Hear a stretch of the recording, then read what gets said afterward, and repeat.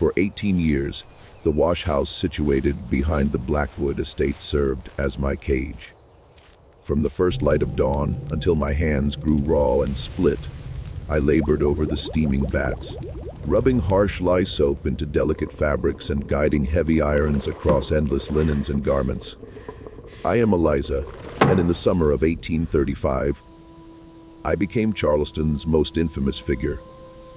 Not for the brilliant whiteness I achieved in my washing, but for what I did to Mistress Cordelia Blackwood inside the very copper tub where I had spent the majority of my existence.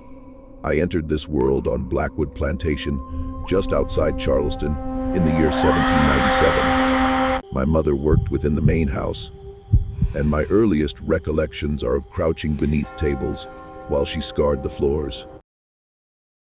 When I reached the age of 8, my mother succumbed to fever, and Mistress Cordelia, then newly wed to Master James Blackwood, determined that I would be suited for the laundry. The girl's small hands will prove useful for extracting stains, she informed the housekeeper. Add, her complexion won't be so conspicuous in the wash house. My complexion. I was fair, skinned enough that visitors occasionally took me for a sun-browned white servant until they observed my hair.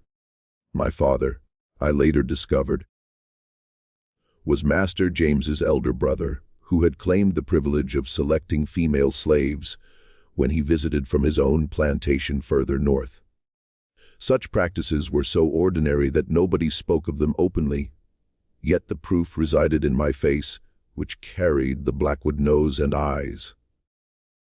Perhaps this was why Mistress Cordelia harbored such particular contempt for me from the very start.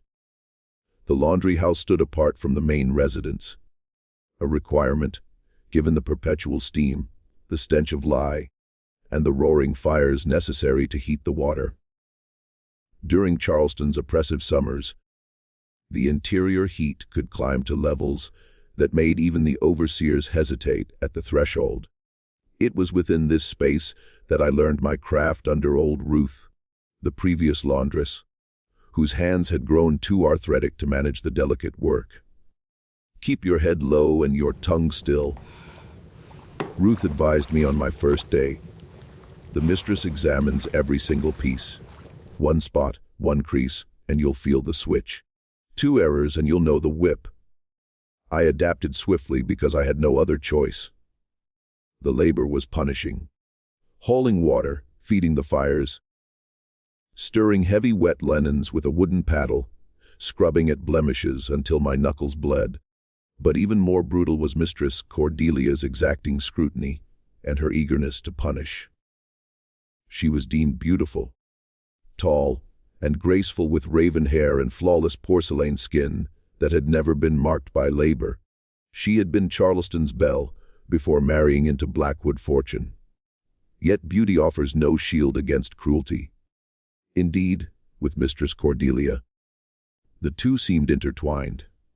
The first time she struck me, I was 9 years old and had overlooked a small tea stain on her favorite lace handkerchief. She examined the laundry each afternoon, spreading each article out systematically, tracing her fingers over seams, raising items to catch the light. "What is this?" she inquired, her voice perilously soft as she presented the handkerchief. I stood with my raw, red hands clasped behind my back, gaze lowered. "A handkerchief, mistress." The slap landed without warning, snapping my head to the side and bringing tears to my eyes. "It's ruined. That's what it is."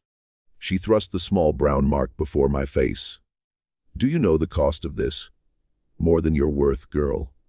That evening, I received no supper, and the following morning, she observed as Ruth demonstrated once more the proper method for removing tannin stains. "Make certain she learns correctly," Mistress Cordelia instructed. She may have inherited her father's appearance, but clearly not his intelligence. The casual allusion to my parentage, the calculated cruelty of the comparison. This was something I would grow accustomed to over the years. Mistress Cordelia never explicitly named my father, but she employed that knowledge like a blade, reminding me of my station through subtle jabs about my features or coloring. By the time I was 14, old Ruth had been sold away, her usefulness exhausted, and I assumed the role of Blackwood laundress in full. My days commenced before sunrise, igniting the fires beneath the copper washtubs, drawing water from the well, preparing the various soaps and treatments suited to different materials. Collars and cuffs demanded extra attention. Silks required gentle handling with special castile soap. Blood from nosebleeds, hunting mishaps, or women's monthly cycles needed immediate cold water, followed by careful application of hydrogen peroxide. I grew expert in the stains of humanity, in the evidence of bodies that even Charleston's wealthiest could not escape. I knew which gentlemen had spilled bourbon on their waistcoats, which ladies applied too much rouge, which children had wet their beds. The laundry exposed secrets, and I kept them all invisible, much as I was to the white world around me. Master James Blackwood rarely ventured to the laundry house. He was foremost a businessman, more absorbed in his cotton brokerage and shipping ventures than in domestic affairs. When the couple relocated permanently to their Charleston mansion in 1823, leaving the plantation under overseers, his visits to my domain became even scarcer. But Mistress Cordelia came daily. Regardless of what social obligations filled her calendar, she made time for the laundry inspection. As the years wore on, her scrutiny only intensified, and so did her dissatisfaction. Nothing was ever quite flawless enough. A sheet might be adequately pressed, but had I employed the correct amount of bluing in the rinse, a dress could be spotless. But was the starch distributed with absolute consistency? "You're moving slowly today," she observed one stifling August afternoon in 1835. I was 38 by then, my youth expended in steam and lie. "Are you being deliberately lazy, or are you simply incompetent?" "Neither, mistress," I replied, keeping my eyes fixed on the petticoat I was ironing. "The heat slows the drying. I'm working as quickly as I can." She emitted a small sound of disbelief and drew nearer, observing my hands as they steered the heavy iron over the fabric. "You know they're introducing those new mechanical laundry devices up north," she remarked conversationally. "Steam-powered. They claim one machine can perform the work of 3.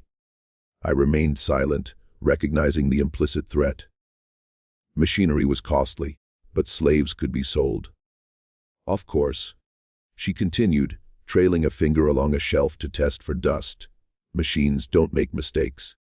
They don't talk back. They don't have troublesome monthly cycles that interfere with their work." This last comment was a specific barb. The previous week, my monthly bleeding had been particularly heavy, leaving me depleted. I had dropped a basket of wet linens, requiring a rewash. "No, Mom," I agreed quietly. "Machines don't bleed."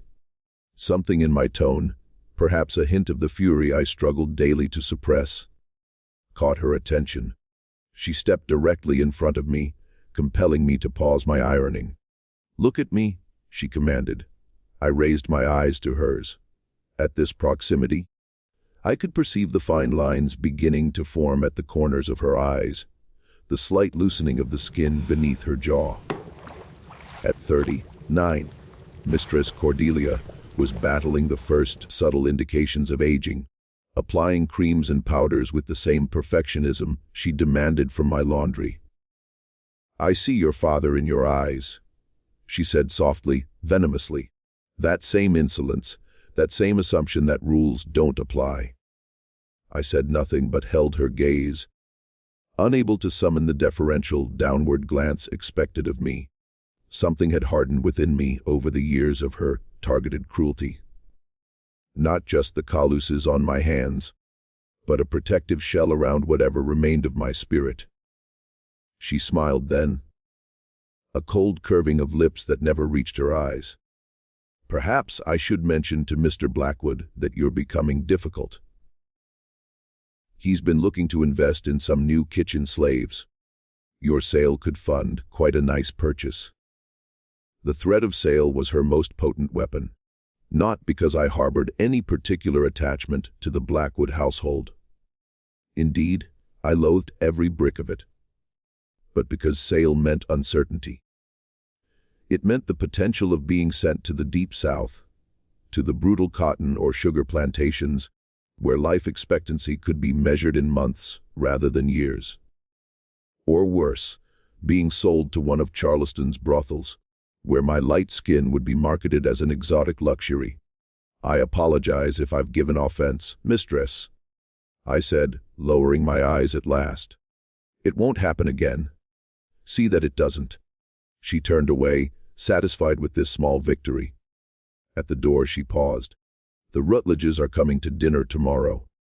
Their napkins must be perfect. The Egyptian linen, not the Irish. And make sure you use the lavender rinse, not the rose. Mrs. Rutledge gets a rash from roses." With that, she was gone, leaving behind the faint scent of expensive French perfume that always clung to her clothing. Another stain for me to preserve, rather than remove when laundering her garments.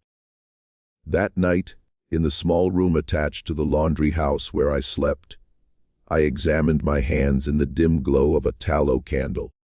The skin was prematurely aged, crisscrossed with tiny scars from lye burns, the nails split and uneven despite my efforts to maintain them. My mother had kept her hands beautiful somehow, even with her hard work. "A woman's hands tell her story," she used to say. What story did mine tell?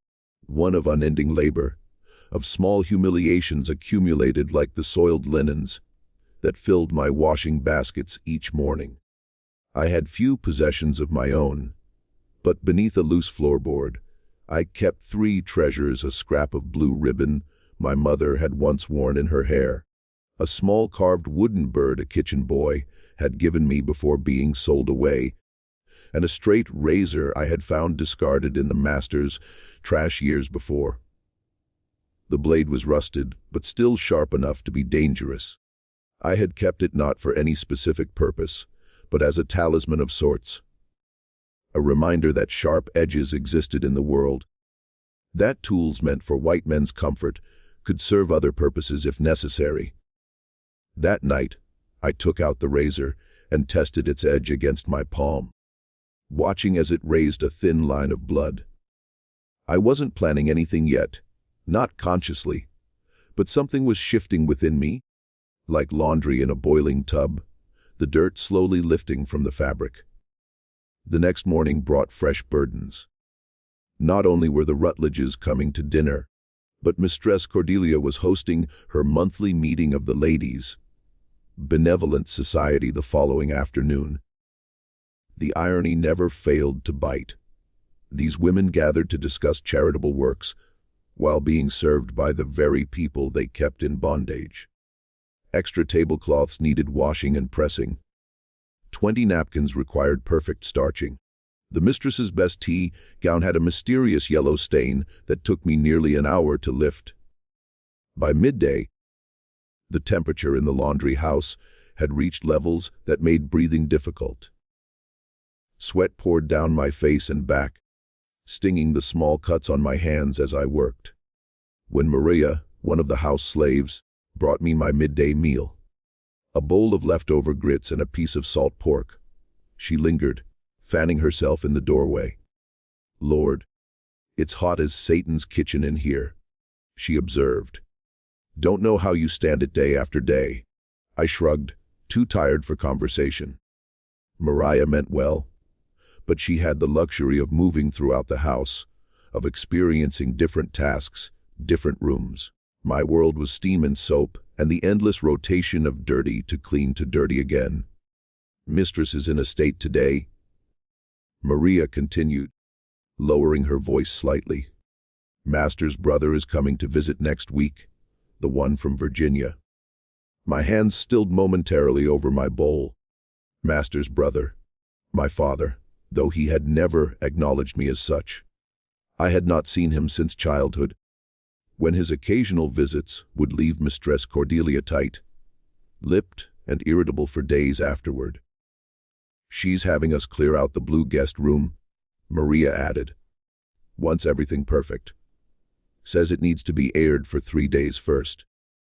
New mattress ticking, the works." I nodded, absorbing this information with an outward calm that belied my inner turmoil. What would he think seeing me now? Would he recognize the child he had helped create, now a middle-aged laundress with ruined hands and graying hair? Would he care? The prospect of my father's visit loomed in my thoughts throughout the afternoon, distracting me from the precision my work demanded.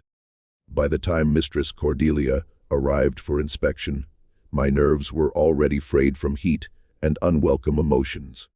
She began her usual methodical examination of the day's laundry, finding fault with nearly every piece.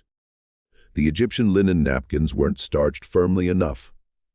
A pillowcase showed the faintest shadow of a previous stain. Her own tea gown, despite my hour of careful work, apparently retained a hint of yellowing at one seam. "This is unacceptable," she declared, her voice tight with displeasure. "The Rutledges will be here in 3 hours, and these napkins are barely suitable for the kitchen staff. And what am I to wear if my gown is still stained?" "I can wash the napkins with extra starch," I offered, already calculating how to accomplish this alongside my other remaining tasks.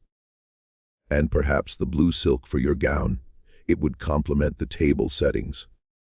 "The blue silk has a torn lace cuff," she snapped, "which you would know if you kept proper track of the garments in your care."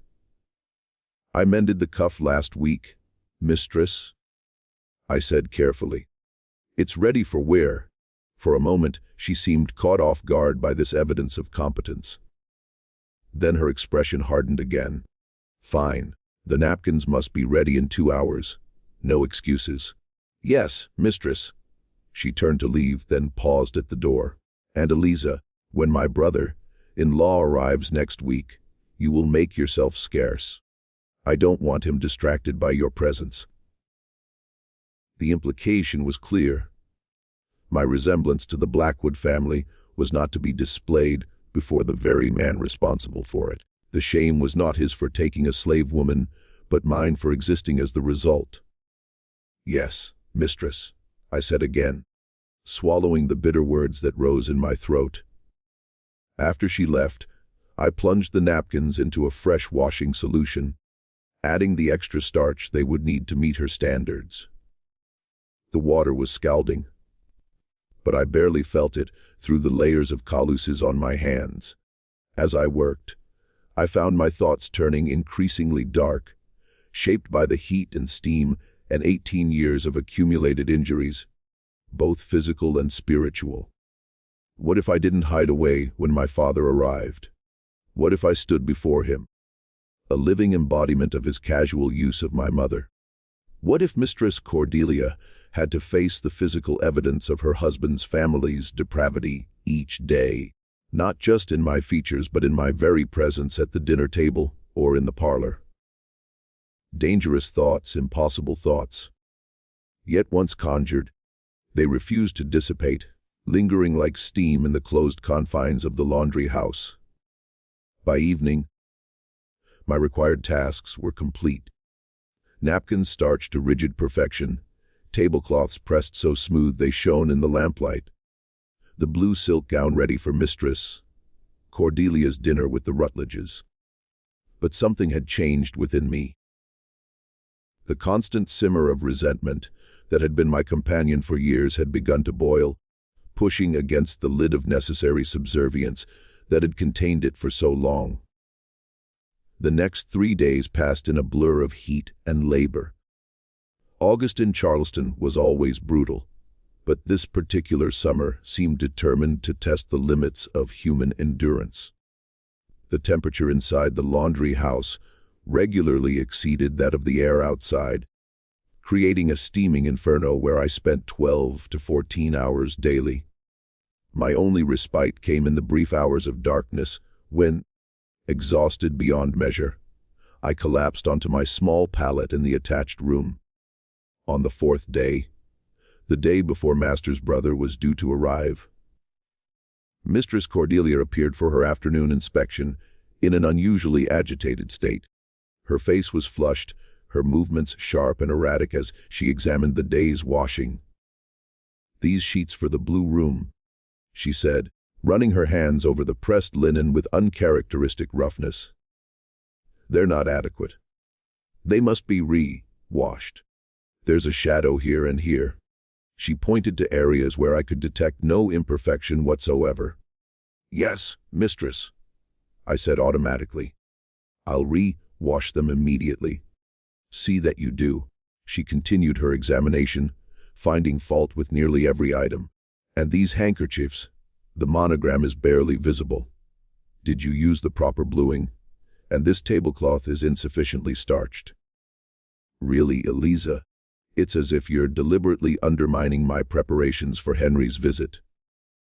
I remained silent, recognizing that her agitation had little to do with the actual quality of my work and everything to do with her anxiety about her brother-in-law's arrival.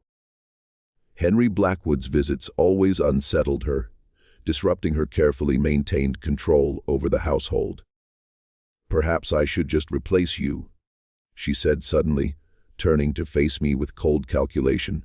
"Find a laundress who understands the importance of perfection.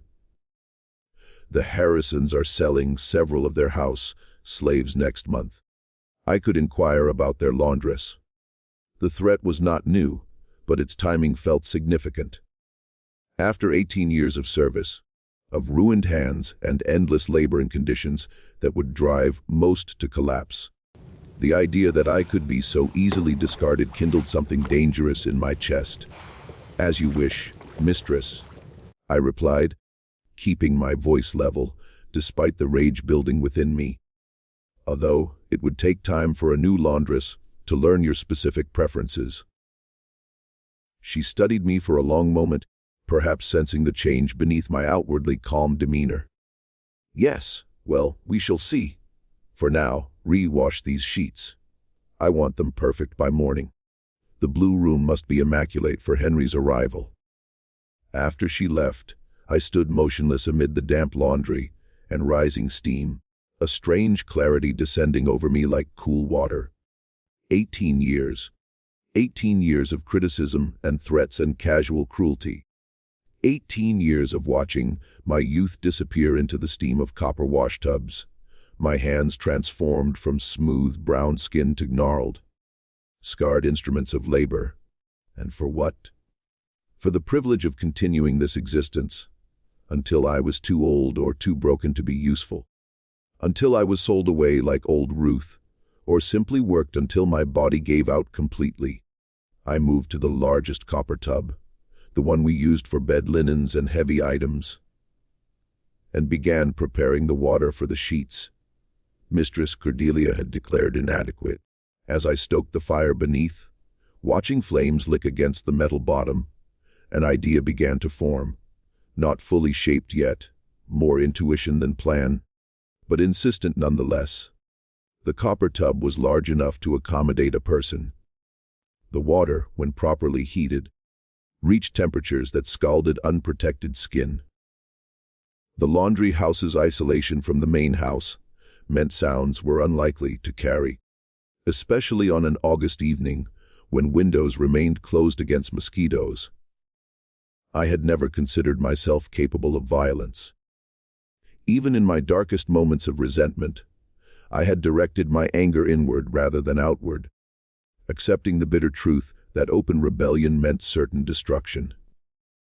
But something had shifted. The constant pressure had finally found a crack in my carefully constructed facade of submission. That night, as I lay on my pallet, attempting to find sleep despite the heat and the pain in my overworked hands, I allowed myself to fully imagine what had previously been only a formless impulse. Mistress Cordelia arriving for her inspection, the copper tub filled with water heated to the boiling point, a moment's inattention on her part, a sudden movement on mine, the splash, The scream. The lid coming down to contain both. The thought should have horrified me. Instead, it brought a strange peace. The calm certainty of a decision, finally made after years of indecision. I would never be free of the Blackwood household, through conventional means. I would never earn enough from occasional outside laundry work to purchase my freedom.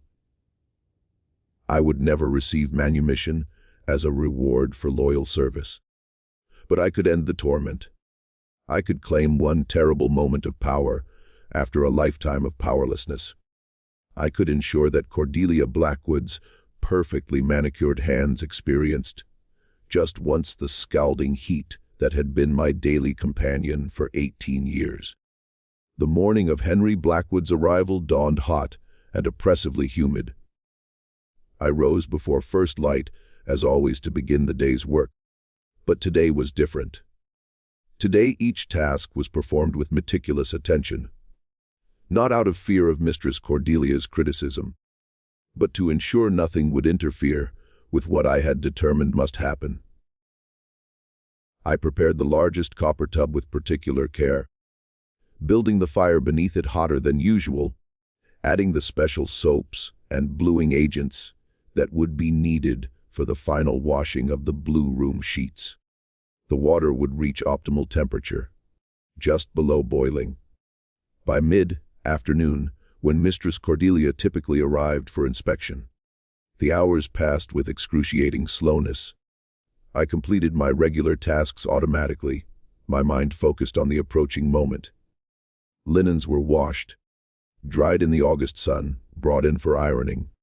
Clothing was spot-cleaned, pressed, folded. The endless cycle of clean and soil and clean again that had defined my existence for so long. At midday, Mariah appeared with my usual meal. Her expression harried. "The whole house is in chaos," she reported, setting down the bowl of food. "Mistress has changed her dress 3 times already, and Master's in a state about some business papers that need to be perfect before his brother sees them." "When does Mr. Henry arrive?" I asked, careful to keep my tone casual. "His carriage was spotted on the road from Savannah an hour ago. Should be here by late afternoon." She glanced at the copper tub, now steaming impressively. "Lord, that water looks hot enough to boil a person alive." The phrase sent a shiver through me, despite the laundry house heat. "It needs to be hot for the sheets," I said. "The bluing sets better that way." Mariah nodded absently, already turning to leave. "I'd best get back. Mistress wants the silver polished again before they serve tea." After she left, I found myself standing before the copper tub, watching the steam rise in lazy spirals toward the ceiling. "Boil a person alive." The words echoed in my mind, making concrete what had previously been abstract. This was not a symbolic act I was contemplating, but a very real, very physical one. Could I actually do it? Could I actually take a human life, even one that had caused me such suffering? The answer came not in words, but in the memory of sensations. The sting of Mistress Cordelia's slap when I was 9, the burn of lye soap in countless small cuts on my hands, the ache of muscles pushed beyond endurance day after day, the hollow feeling of going to sleep hungry, after being denied meals as punishment for imagined deficiencies in my work. 18 years of small and large cruelties, of being treated as property rather than person, of watching my body age prematurely in steam and heat and constant labor. Yes, I could do it. More than that, I would do it. The afternoon crept forward, the heat in the laundry house building to almost unbearable levels as the copper tub maintained its rolling simmer. I had positioned everything carefully. The sorting table close to the tub, the pressing board on the far side of the room, creating a clear path between door and water. The blue room sheets were cleaned, dried, and awaiting final inspection on the table. When the door finally opened, admitting Mistress Cordelia in a swirl of expensive perfume and barely contained nervous energy, I was pressing handkerchiefs at the far table, my back to the entrance. I heard her steps pause just inside the door. "Good God, it's stifling in here," she complained. "Can't you open a window for heaven's sake?" "The steam would warp the window frame, Mistress," I replied, setting down my iron and turning to face her. Master was quite specific about avoiding unnecessary repairs. She made a dismissive sound, moving toward the sorting table, where the blue room sheets awaited her approval. "These had better be perfect this time. Henry's carriage has just arrived, and he'll want to refresh himself in his room before dinner." I watched as she leaned over the sheets, her critical fingers searching for any remaining imperfection, any shadow or wrinkle that might justify further complaint. Her back was to the copper tub now, exactly as I had anticipated. "The top sheet still shows signs of yellowing," she declared, straightening with an exasperated sigh. "Right here along this edge. Are you blind, Eliza, or merely incompetent?" "Let me see, Mistress," I said, moving to her side. "Perhaps it needs one final rinse in the bluing solution." She stepped aside as I leaned over the sheet, making a show of examining the area she had indicated. "Yes, I see it now. The last batch of bluing must have been weaker than usual, but the tub is ready." I gestured toward the steaming copper vessel. "It will take only a few minutes to correct." "Well, hurry up then," she snapped. "I need these sheets on the bed within the hour. Henry is very particular about his accommodations." "Yes, Mistress," I agreed, gathering the sheet in my arms. "It should only take a moment. Would you mind checking the temperature of the water? It needs to be very hot, but not quite boiling, for the bluing to set properly." It was a request I had never made before. Mistress Cordelia did not assist with laundry work. She merely inspected and criticized. But her anxiety about her brother-in-law's visit had disrupted normal patterns, making the unusual seem momentarily acceptable. She hesitated, then moved toward the copper tub, peering at the steaming water with a slight frown. "It looks more than hot enough to me. If you could just test it with your finger," I suggested, moving directly behind her with the sheet still bundled in my arms, to be certain it won't damage the linen. She leaned forward, extending one perfectly manicured hand toward the water's surface. I don't see why I should have to. The moment her position was perfect, balanced forward over the tub's edge, her attention focused on the water, I moved. Dropping the sheet, I placed both hands firmly between her shoulder blades and pushed with all the strength 18 years of hard labor had built in my arms. She fell forward with a startled cry, arms flailing instinctively to break her fall. But there was nothing to grab, nothing to stop her momentum. She plunged face first into the near, boiling water with a splash that sent scalding droplets flying across the laundry house floor. Her scream was immediate and terrible. A sound I had never heard from a human throat before, raw with shock and agony. She thrashed in the water, trying desperately to rise, to escape the burning heat that enveloped her. For a moment I stood frozen, horrified by what I had done, yet unable to stop what was now in motion. Then, as she began to gain purchase on the tub's edge, her reddened face emerging from the water as she gasped and screamed, I moved again, grabbing the heavy wooden lid we used to cover the tub when maintaining water temperature. I brought it down hard on her head, forcing her back beneath the surface. Her struggles intensified, water sloshing violently over the tub's edge as her body fought against drowning and burning simultaneously. I leaned my full weight onto the lid, holding it firmly in place despite her frantic attempts to push it upward. Her screams were muffled now, distorted by water and wood, but still audible in the closed confines of the laundry house. 18 years, I said aloud, though I don't know if she could hear me through the water. and her own pain. 18 years in this heat with these tubs, with your voice finding fault with everything I did. Her struggles began to weaken, the violent thrashing gradually subsiding to sporadic movements. Still, I maintained pressure on the lid, unwilling to risk her survival, her testimony against me. You threatened to sell me away, I continued, my voice strangely calm despite the horror of what was happening beneath my hands.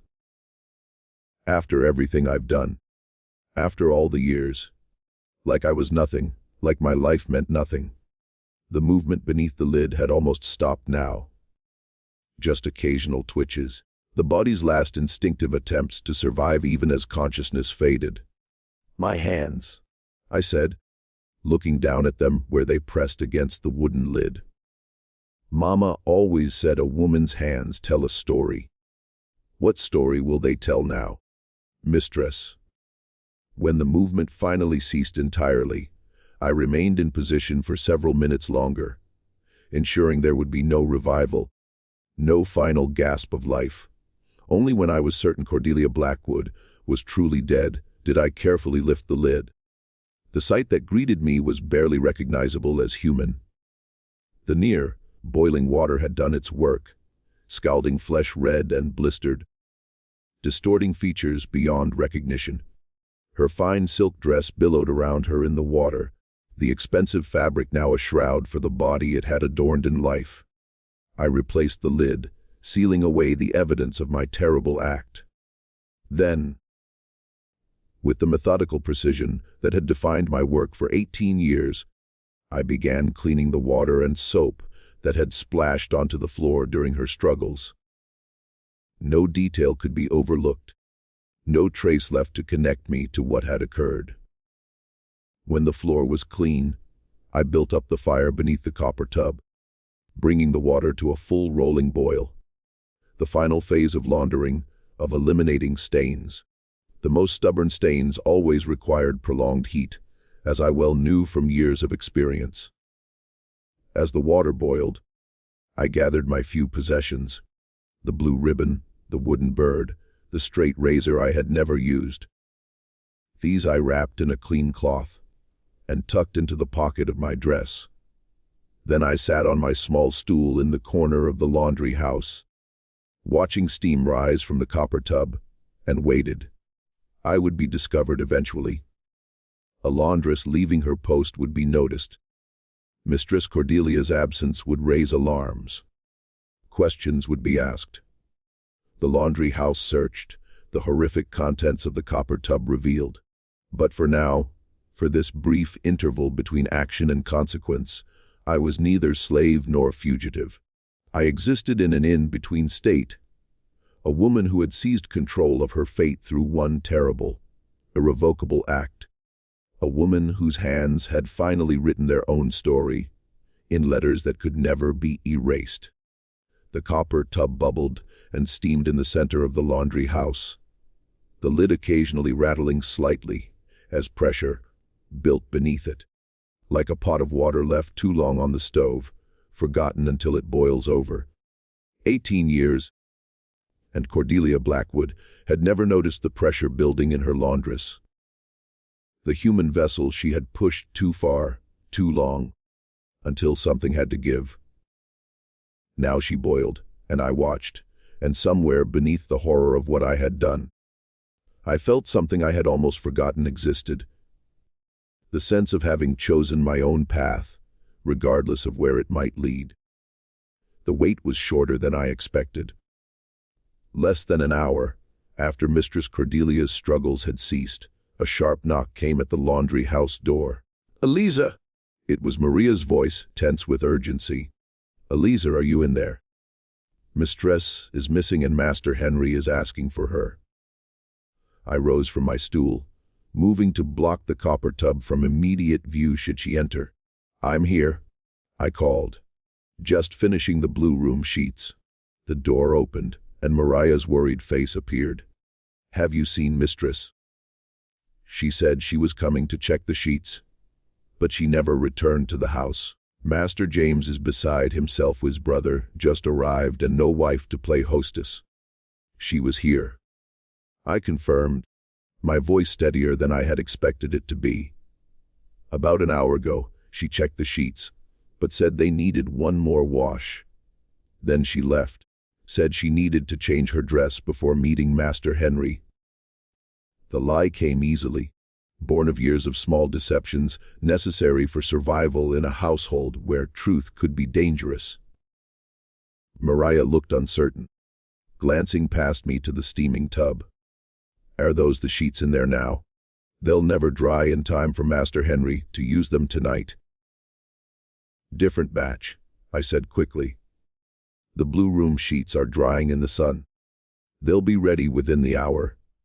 She seemed to accept this explanation, her attention already turning back to the crisis in the main house. Well, if you see Mistress, tell her to come quickly. Master James is in a state, and the cook doesn't know whether to delay dinner or serve on schedule. I'll tell her, I promised, knowing I would never have the opportunity to deliver such a message. After Maria left, I moved to the window, watching as she hurried back toward the main house. Soon there would be more searchers. House slaves first, then perhaps field hands if Mistress Cordelia remained missing long enough. Eventually, someone would insist on searching the laundry house, more thoroughly than Mariah's cursory glance. I had perhaps an hour before discovery became inevitable, an hour to decide my next actions. Running was the obvious choice. To flee immediately, using the confusion of Mistress Cordelia's disappearance as cover. But where would I go? A black woman alone with no free papers, no permission to travel. I would be stopped at the first checkpoint, returned to the Blackwood household, or more likely thrown into jail once my connection to the missing mistress was discovered. No, running without preparation was merely another form of suicide. I looked again at the copper tub, still bubbling ominously in the center of the laundry house. What if there were no body to discover? What if, like the most stubborn of stains, all evidence could be dissolved away, leaving nothing but clean fabric behind? The thought was as horrifying as it was practical. Yet I had come too far now to balk at one final terrible act. If I was to have any chance at escape, at a life beyond these walls, there could be no proof of what I had done. I stoked the fire higher beneath the copper tub, bringing the water to a violent boil.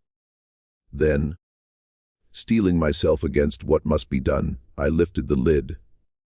What remained bore little resemblance to the proud, beautiful woman who had tormented me for 18 years. The boiling water had done its work, flesh separating from bone, features dissolving into unrecognizable elements. I will not describe the specific procedures that followed. Some acts are too gruesome for recounting, some memories best left unexamined, even in the privacy of one's own thoughts. Suffice to say that by the time the search for Mistress Cordelia extended to a full inspection of the laundry house, some 2 hours later, there was nothing to find. The copper tub contained only water and the harsh lye soap we used for the heaviest cleaning. The floor was immaculate. The blue room sheets were pressed and folded, ready for delivery to the main house. And I stood amidst it all, hands raw from work and water and worse things, face composed into the mask of subservience I had perfected over decades of servitude. Search everything. Master James instructed the house slaves who accompanied him. His face was tense with worry, his manner distracted. Every corner, every cupboard. She must be somewhere. They searched thoroughly but found nothing suspicious. The laundry house was as it always was, hot, humid, filled with the smells of soap and starch and steam. Eliza. Master James turned to me finally. When exactly did you last see Mrs. Blackwood? Around 2 hours ago, Master, I replied, eyes downcast in the proper position. She came to check the blue room sheets, but wasn't satisfied with them. said they needed re-washing. Then she mentioned changing her dress before meeting Master Henry, and left. He studied me for a moment, perhaps noting something unusual in my demeanor, but his concern for his wife overrode any suspicions about a slave he had barely noticed in all my years of service. "If she returns here, send word to the house immediately," he instructed before leading the search party back toward the main house. Alone again, I sank onto my stool, the enormity of what I had done finally crashing over me in waves.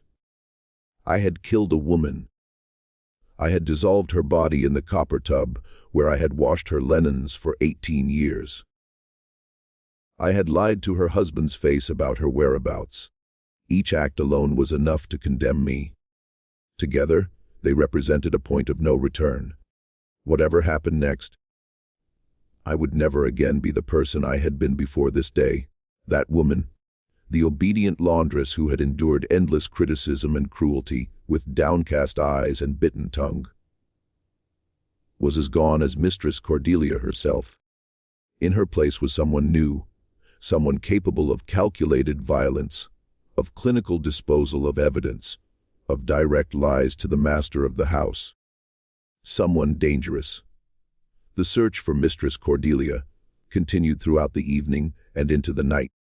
Lanterns bobbed across the property as slaves, and neighboring white men alike combed the grounds. Checked the road to town. Inquired at friends' houses where she might have gone. Theories multiplied. She had suffered an attack of nerves upon her brother. In-law's arrival, and sought solitude. She had gone to make a last-minute purchase for dinner, and met with an accident. She had been abducted by runaway slaves, or criminals from the docks. No one suggested she might be dead. No one looked at the laundress's red, chapped hands and imagined what they had done. I continued my work through the chaos, delivering the blue room sheets to the house, returning to the laundry to finish the day's regular tasks. To stop, to deviate from routine in any way, would draw attention I could not afford. So I washed and ironed and folded, as I had every day for 18 years. The familiar motions offered a strange comfort amid the turmoil of my thoughts. As night fell fully, I finally retired to my small room attached to the laundry house. I had no plan yet, no clear path forward, only the certainty that I must eventually flee. But flight required preparation money, papers, some destination in mind. None of these I had. All I possessed were my 3 small treasures and the terrible knowledge of what the copper tub had witnessed. Sleep, when it finally came, brought dreams of boiling water and dissolving flesh, of Mistress Cordelia rising from the copper tub like a vengeful spirit. Her features melted away, but her voice still perfectly intact, calling my name with the same critical edge she had used in life. I woke before dawn, as always, to begin the day's work. The routine was so ingrained that my body moved automatically, lighting the fires, pumping fresh water, preparing the soaps and starches needed for the day's laundry. Only when everything was in motion did I allow myself to think again of what had happened and what must happen next. The day brought new developments. Master Henry, rather than departing as might be expected during such a family crisis, took charge of the search efforts with an intensity that suggested deep suspicion about his sister-in-law's disappearance. He organized the house and field slaves into search parties, had the grounds methodically divided into sections for thorough inspection, sent riders to Charleston to enlist the police in the investigation. She wouldn't simply vanish. I overheard him telling Master James as they passed near the laundry house. Cordelia was many things, but not impulsive or careless. Something happened to her, James, and I intend to discover what. His conviction sent a chill through me. Master Henry was not a man to be easily deterred or deceived. If he truly dedicated himself to uncovering the truth, How long before his attention turned to the laundry house and its solitary occupant? By midday, the search had expanded to include dragging the small, decorative pond on the property and checking nearby wells and cisterns. The theory of accident or misadventure was gaining prominence. Perhaps Mistress Cordelia had fallen, hit her head, tumbled into water, and drowned. No one seemed eager to consider more sinister possibilities. No one except Master Henry. He appeared at the laundry house door shortly after noon, his tall figure blocking the sunlight, his face set in grim determination. Unlike his brother, Henry Blackwood had always paid attention to the slaves in his household. Not from kindness, but from a practical recognition that they observed much that their white owners missed. "Eliza," he said, stepping inside and closing the door behind him. "I need to speak with you about yesterday." I set down the iron I had been using, keeping my expression carefully neutral. "Yes, Master Henry, you were likely the last person to see my sister-in-law," he stated, his eyes moving methodically around the laundry house. "Tell me again exactly what happened during her visit here." I repeated the story I had given Master James, keeping details consistent. Mistress Cordelia's dissatisfaction with the sheets, her mention of changing clothes, her departure toward the main house. And that was all, he pressed. Nothing unusual in her manner, no visitors or other interruptions during her time here. "No, sir. Just the usual inspection." He nodded slowly, still examining the laundry house with careful attention. His gaze lingered on the copper tub, now filled with fresh linens and gently simmering water. "That's a substantial piece of equipment," he observed. "For the larger laundry items, I assume." "Yes, sir. Sheets, tablecloths, curtains, anything too large for the smaller tubs." He moved toward it, looking down at the steaming water. "How hot does the water get?" The question sent a spike of fear through me, though I kept my face impassive. "Hot enough to remove difficult stains, sir. But we're careful not to let it actually boil when linens are in it. That can damage delicate fabrics." "I see." He continued his circuit of the small building, examining tables, shelves, the flat irons arranged by size near the pressing board. "And the wastewater? Where does it go when you're finished with a batch?" "There's a drainage channel beneath the floor, sir. It carries the water out to the ditch behind the laundry house, which eventually feeds into the creek at the edge of the property." This was dangerous territory. If he decided to examine the drainage system, would he find traces of what had been washed away yesterday? I had been thorough in my cleaning, but had it been thorough enough? "Interesting," he murmured, then turned back to face me directly. "Eliza, did my sister-in-law ever mention being afraid of anyone, having conflicts with anyone in Charleston?" The question caught me off guard. "Not to me, sir. Mistress Cordelia didn't confide in the laundress." "No, I don't suppose she would." A hint of something like bitterness colored his tone. "Cordelia always did maintain strict divisions between herself and the household staff. Even at our family plantation in Virginia." He fell silent for a moment, and I wondered if he was thinking of the other divisions that had been crossed, the ones that had resulted in my existence. Did he know or suspect his brother had been my father? Did he see the family resemblance that Mistress Cordelia had so despised? "Well," he said finally, "if you recall anything unusual, anything at all about yesterday or the days preceding, I expect you to come directly to me." He reached into his pocket and withdrew a small object. "I'm staying in the blue room. Do you know which one that is?" "Yes, sir." "Good. Come to me directly if any memories surface, no matter how insignificant they might seem." He placed the object on the sorting table. "And this is for your assistance." I glanced down and saw a silver dollar gleaming against the rough wood. payment for information, or perhaps a test of my character. "Thank you, sir," I said, not touching the coin. "But I've told everything I know." He studied me for another long moment, his expression unreadable. Then he nodded once and left, the door closing firmly behind him. The silver dollar remained on the table, catching the light that filtered through the laundry house windows. Blood money, in a sense. Payment for the lies that protected my terrible secret. I needed money if I was ever to escape Charleston.